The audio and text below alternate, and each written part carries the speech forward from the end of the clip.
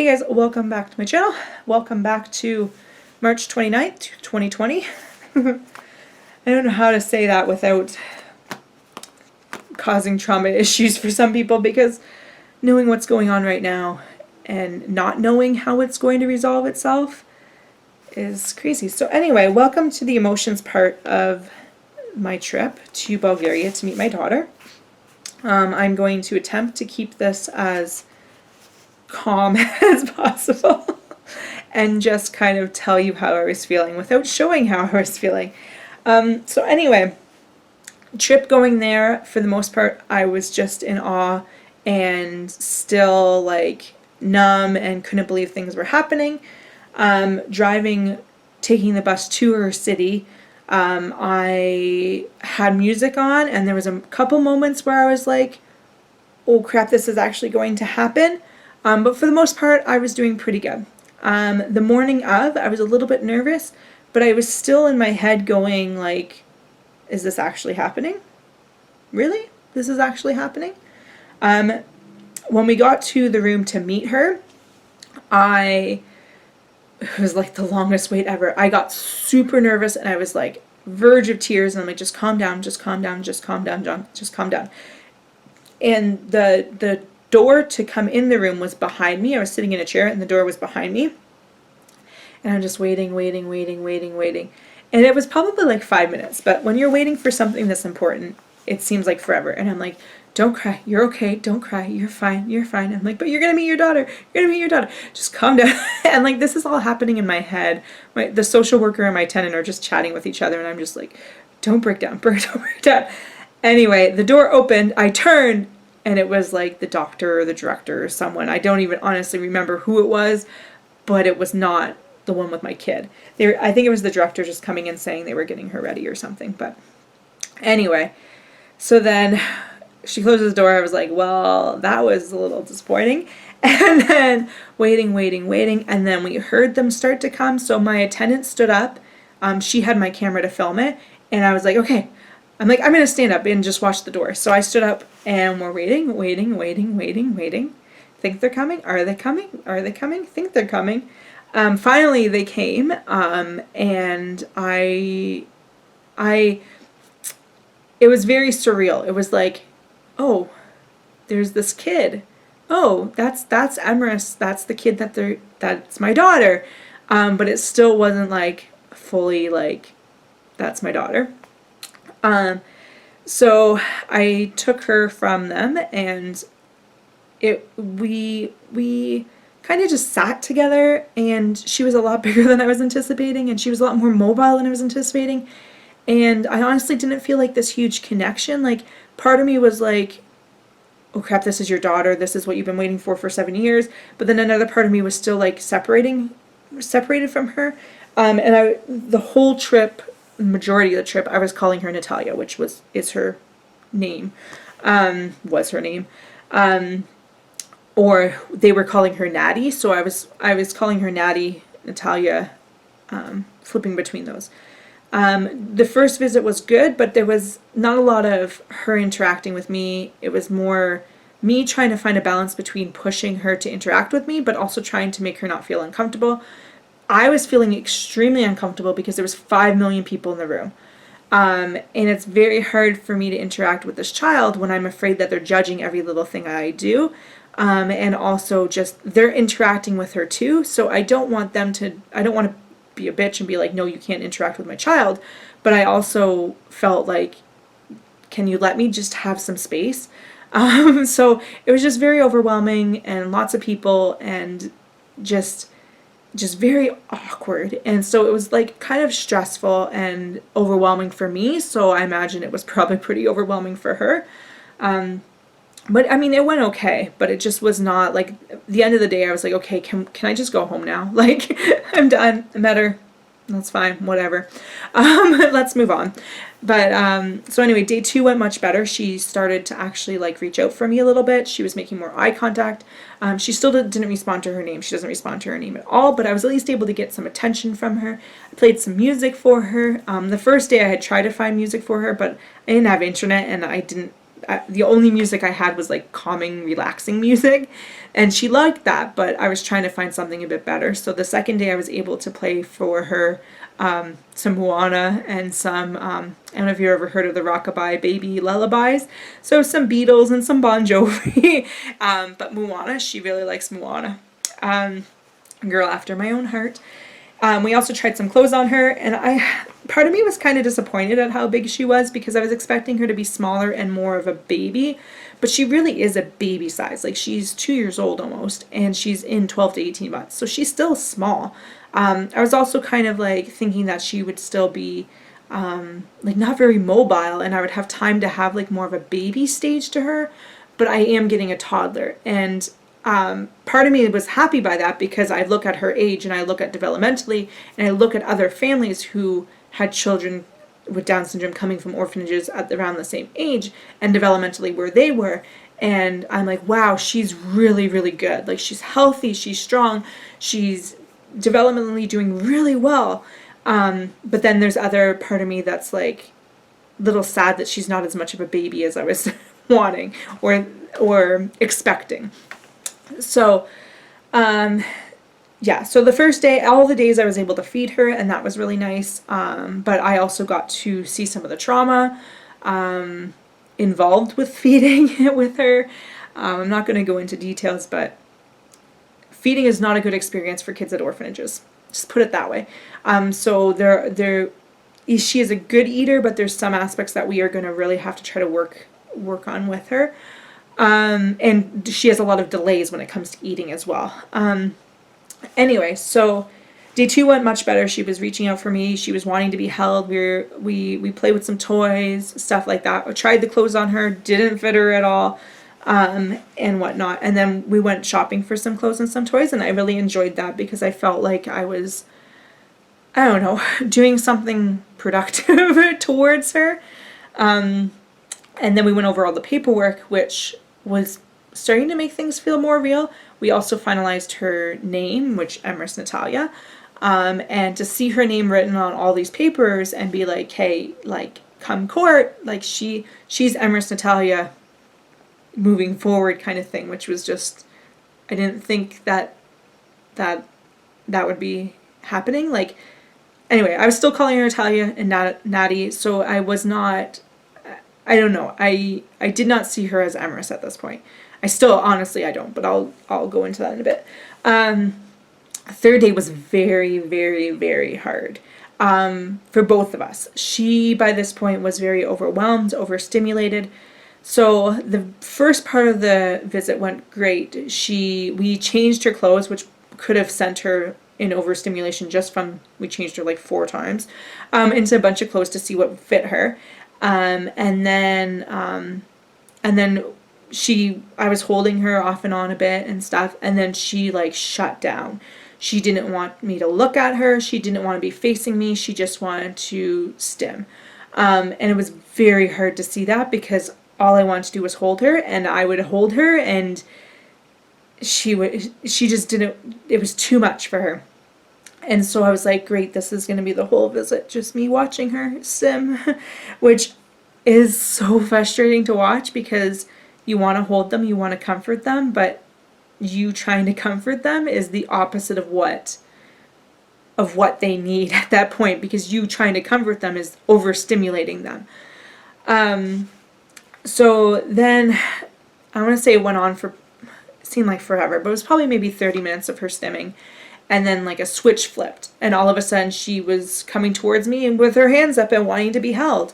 And so I would hold her and play with her for a bit, and then a switch would flip, and again, didn't want to look at me, wanted to face the other way, just wanted to stim.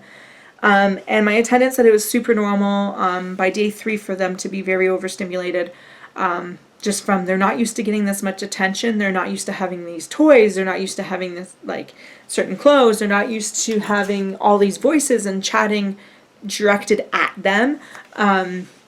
So it was just, she said it's very normal, and usually by the next day they're fine. And I'm like, oh God, I hope so, because like my heart was dying this day. And I'm like, I can't have visits like this for the rest of the week because my heart can't take it. And I'm like, I hope this isn't a sign of how she's going to be once she's home, because it's just so hard to watch any child going through something where you can't help them. And I have that with my students too.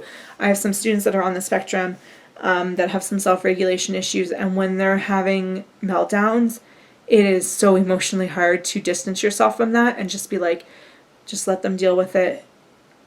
You trying to intervene makes it worse. And that's how it was with this, with me trying to hold her, me trying to soothe her.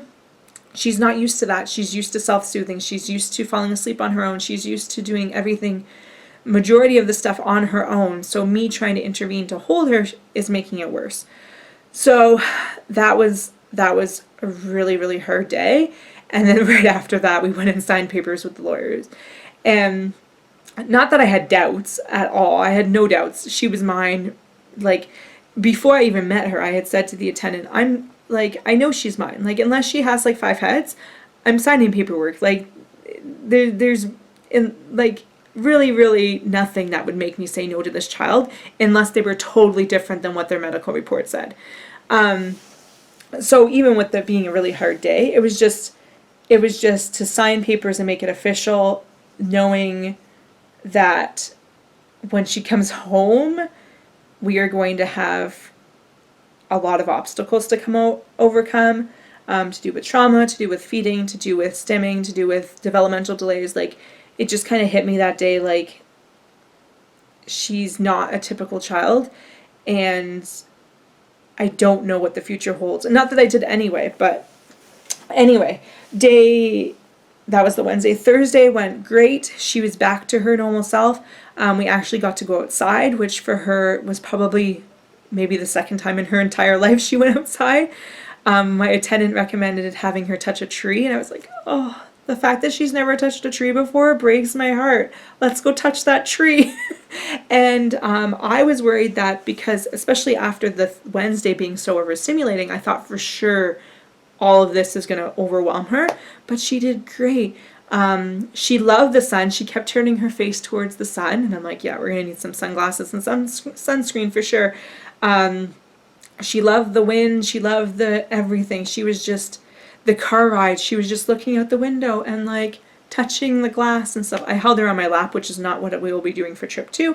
But this was in town. My attendant asked them if we could just take a stroller, or like I had a baby carrier with me, and just walk, because it wasn't far where we were going. And they said no, because of between the flu virus and the coronavirus, they weren't doing that. So it wasn't a long drive. She just sat on my lap. In Bulgarian laws, I mean, if you know anything about other countries and Kursi laws, they are not like North America or other parts of Europe. So anyway, we went and did the photo. She did fantastic for it. She was so cute. In case you didn't watch the details video, but the passport people were so amazing, and they when we were doing it, we kind of went outside for a little bit and then came back in.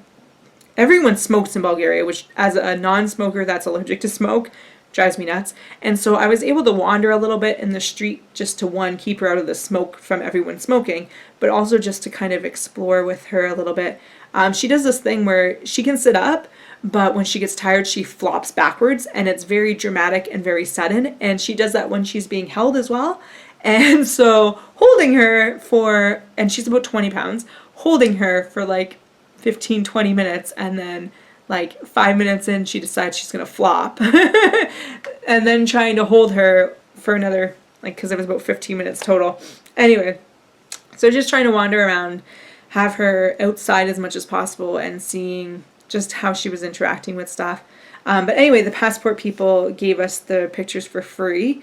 When we came back in to pay for them, my attendant and them were talking, and I'm like, oh, I hope this isn't going to cost me a small fortune.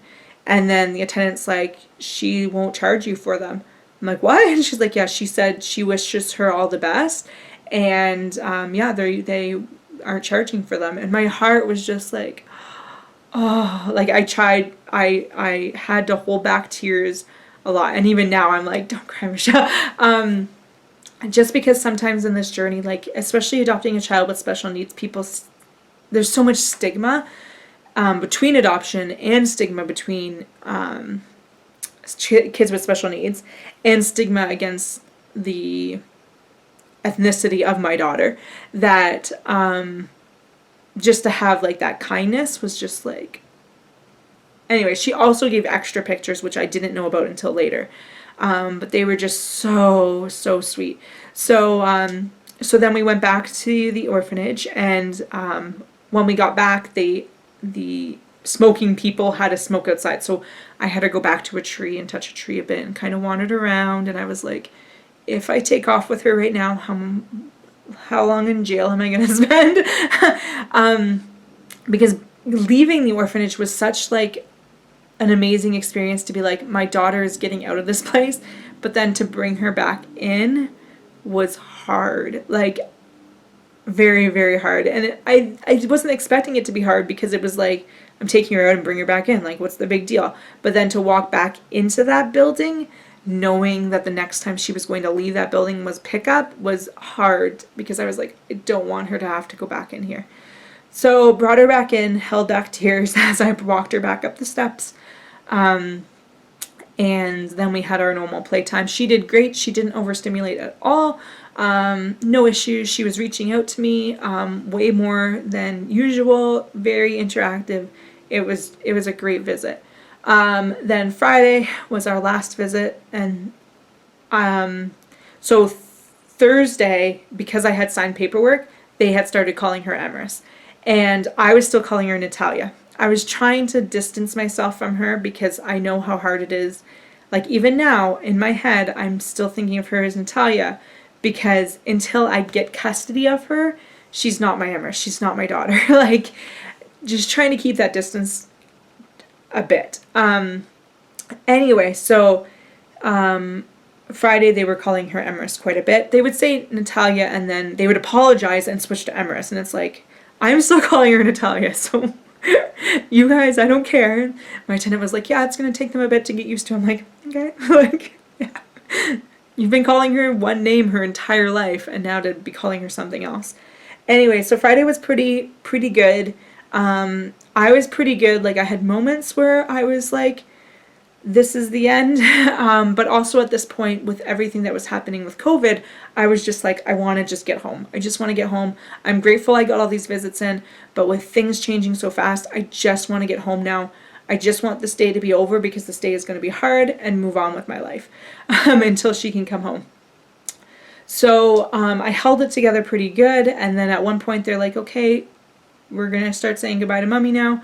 I'm not sure if it was, I think it was before that I started to break down a little bit, but when they said that, and then I put her shoes back on her, because every day me and her took off our shoes when we were on the bed. So I started putting her shoes back on, and a little bit more breakdown, and then I was okay until they came for her. And I wanted to be strong for her, but knowing that I didn't know when I was going to see her again, and I just wanted her out of there. So when they came in for her, I hugged her goodbye, told her I loved her, and then I just handed her to the attendant and said, you need to take her. I just couldn't be the one to hand her back to them forever, or what still feels like forever. So they took her, and then we went and we got her stuff from the hotel and went on the bus. The bus was hard, but I held it together. After they took her, I had a moment, and then pulled myself together so I wouldn't be making a scene in the hallway. And then we said goodbye to the social worker. I said, see you in 4 to 6 months, like, just trying to be positive. But yeah, the bus ride was hard. Checked into the hotel, and people probably thought I was sick, because we went through so much tissue that night. It was hard. And then the morning I was good, because at this point I was like, okay, I'm done. I'm not going to see her again for 4 to 6 months. I just need to get home. So I was pretty good until I was on the plane to go from Sofia to Frankfurt, and I was like, I'm leaving my daughter. um, since then, so, and then then I got my act together. I didn't cry on the plane. Very close, but I didn't. Didn't cry on the bus. I didn't cry at all in public. I'm very proud of that. Especially with some of the flights. It's like, if I start crying on this plane as I leave Sofia, what are people gonna think? So anyway, since then, I flip kind of emotions. I think with everything going on, it's been just super hard to process everything. But there's times where I'm like, oh my gosh, my daughter's on the other side of the world, and I just want her home. And then there's other times where it's like, nope, that's still Natalia. She's not yours until you bring her home. And with not knowing when I'm going to get her now, some of it's like, oh my gosh, this wait is going to be forever to get her home.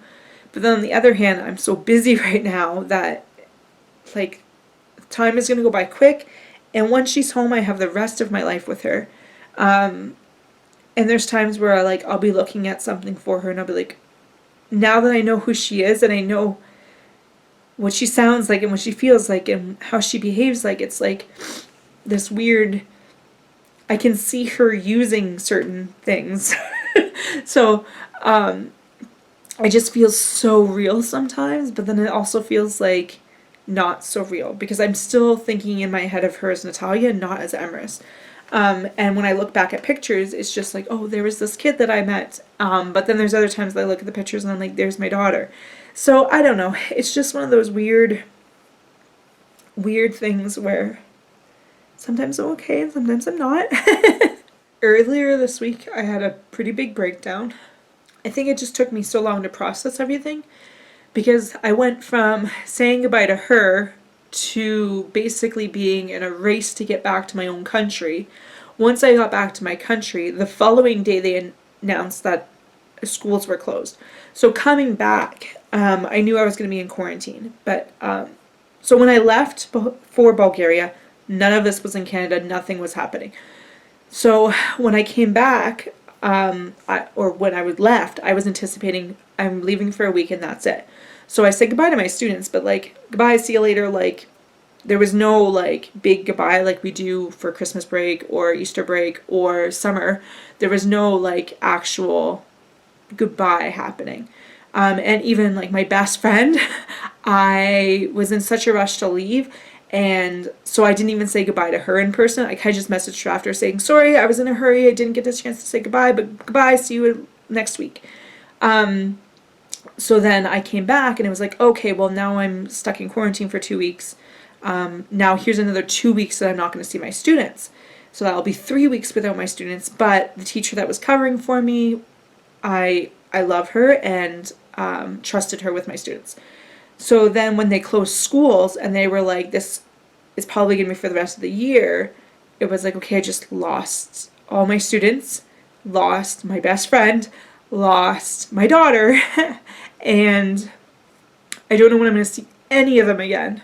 But I was like so busy with like getting stuff ready for work and figuring out stuff and just trying to figure out stuff in general, like getting groceries and this, that, the other thing, and unpacking, and which I'm still not even fully unpacked, but going through her clothes, I went through her clothes, like just those little tasks that it didn't really hit me until I think it was like Wednesday this week where it really hit me, like everything hit me.